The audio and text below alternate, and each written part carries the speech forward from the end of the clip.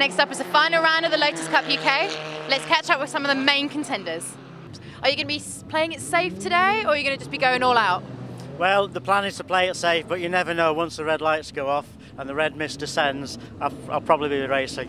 Where are you hoping to finish today? Well, it'd be nice to get on the podium. I managed to qualify on pole, which was good, but there's some quick guys out there. But podium would be good. And to win overall, where do you have to come? Basically, I have to finish. So you've got a pretty good chance today? I hope, yeah, well, in theory, yes. So as long as I don't, you throw it off or anything silly. You've got all to play for. How are you going to approach it today? Very carefully.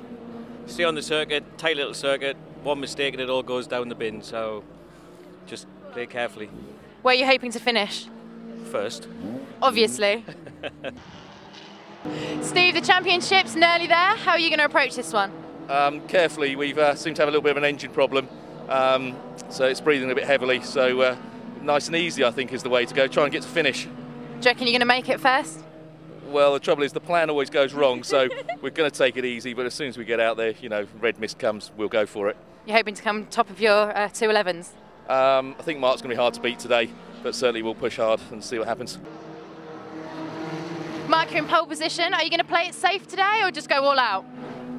I think you've always got to go all out to a certain extent. These boys aren't going to give me any time. But it's an hour race. Got to get to the end first, and we'll see. You've got to get through back markers as well. So there's an element of caution, but you've got to go flat out as well. Have you been having any problems with your cars, or is everything okay so far? Touch wood, the car's been absolutely fantastic. So I'm hoping that continues. It's time now for the final of the Lotus Cup UK. The drivers have it all to play for. It's going to be a fantastic race. Let's see who takes that crown. Thanks, Amy. This promises to be truly dramatic. It's been a superb debut season, really, for the Lotus Cup UK. We've had full grids and very exciting racing across the classes throughout the season.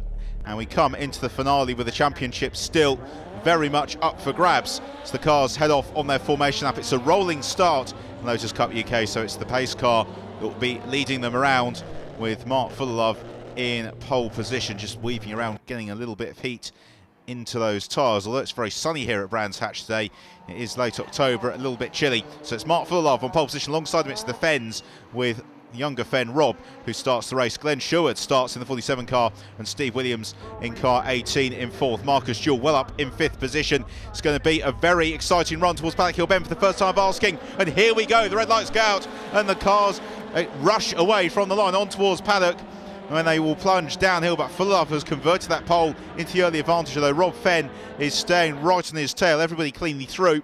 Also Steve Williams making a good start, as has Glenn Sherwood, with then Simon Deacon, I think it is, just trying to squeeze past Sherwood through Druids. Bang there for somebody, and that is Frank Matthews, who goes off. But given the bang we heard, I think he may well have had a little bit of assistance. He rejoins with no harm done, though, as everybody's cleanly through Graham Hill Bend, looking to challenge the car of Doug and Chris Setters through Surtees, the production class cars, meanwhile streaming through en masse. Mark Fullerlove trying to pull out an early lead over Rob Fenn, who's now got Steve Williams to worry about. Williams in the yellow 211 looks the outside of Rob Fenn, who squeezes him towards the outside at Paddock Hill Bend. That's good defensive driving from Rob.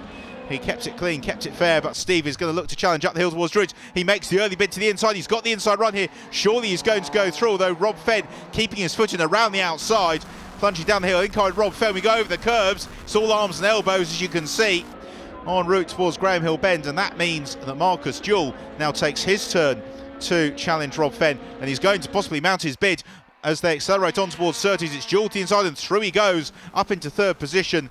Again, Rob Fenn working the wheel, seesawing away. Possibly got a misvocation as a lumberjack, the way that he is really just working that car's handling through clearways, but he's got a good run now onto the Bradham Straight.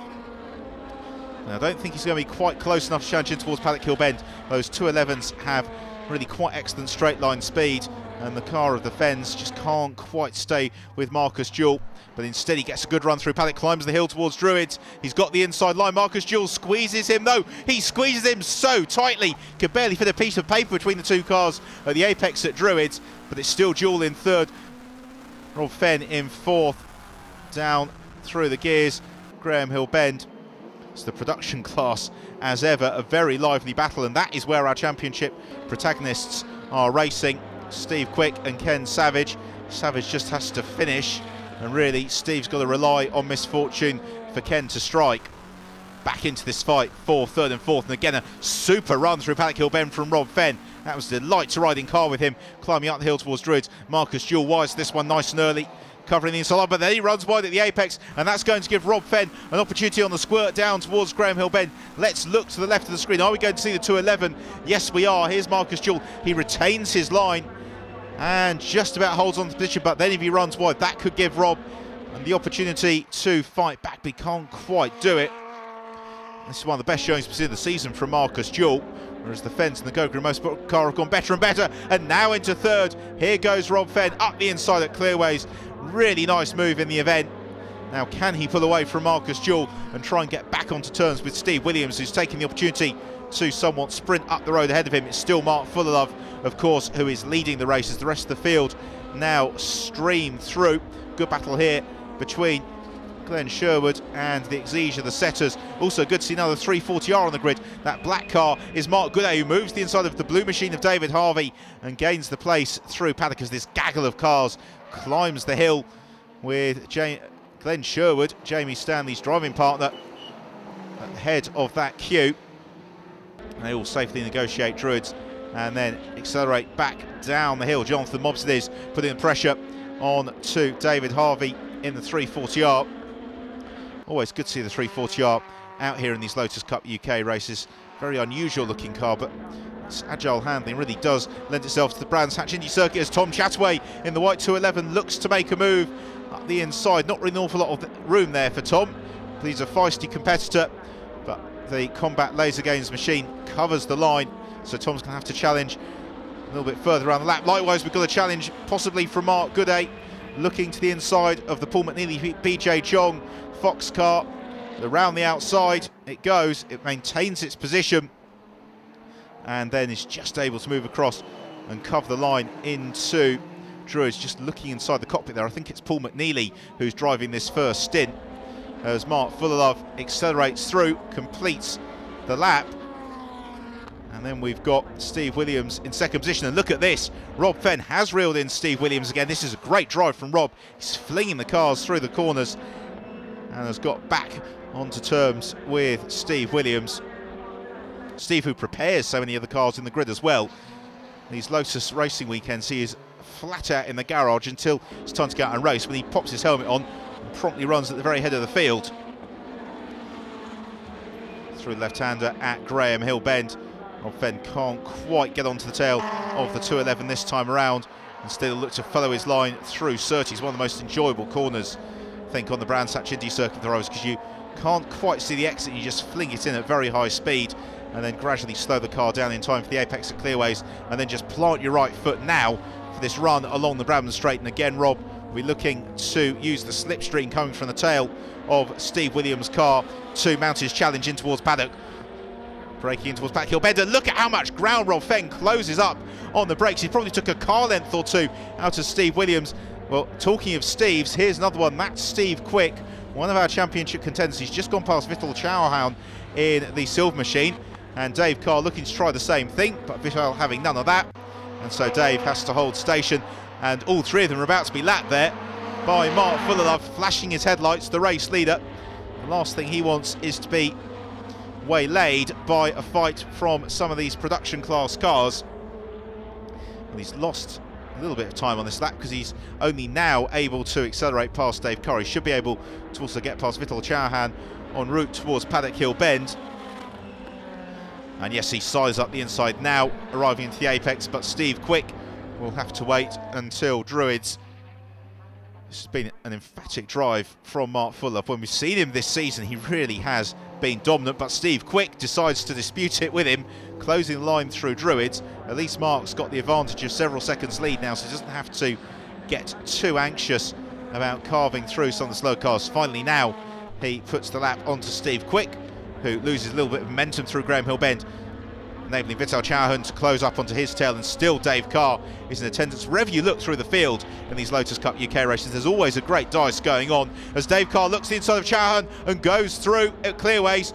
Great move there from Dave Carr, gaining the place and accelerating off in pursuit of Steve Quick. And the pair of them were quite evenly matched in Lotus on Track Elite's trophy race saw earlier on, so that fight could go all the way to the flag. Although, of course, remember, the Lotus Cup UK races are pit stop races. They will have to come in and serve the mandatory pit stop. We've got a spin, and it's Ken Savage, the championship leader, who's gone around at Druids.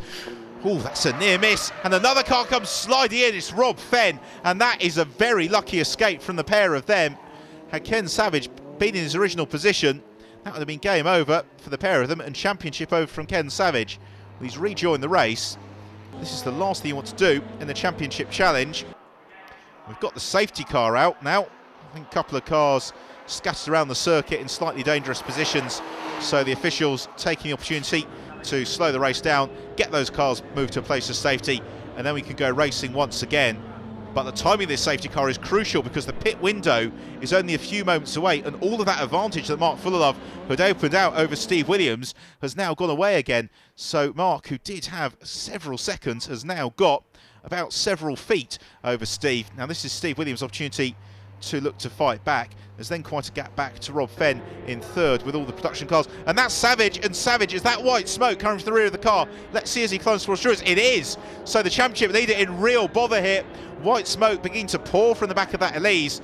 We're a few moments away from the pit window opening, and really he will want to try and nurse that car through to the pit window where they've got that 3-minute mandatory pit stop time where the team can try and apply some TLC to the ailing Elise. That's just heartbreaking for Ken. He's worked so hard this season for championship success. Well, we're going for a break. We'll be back in a few moments' time to see whether Ken does make it to the pits.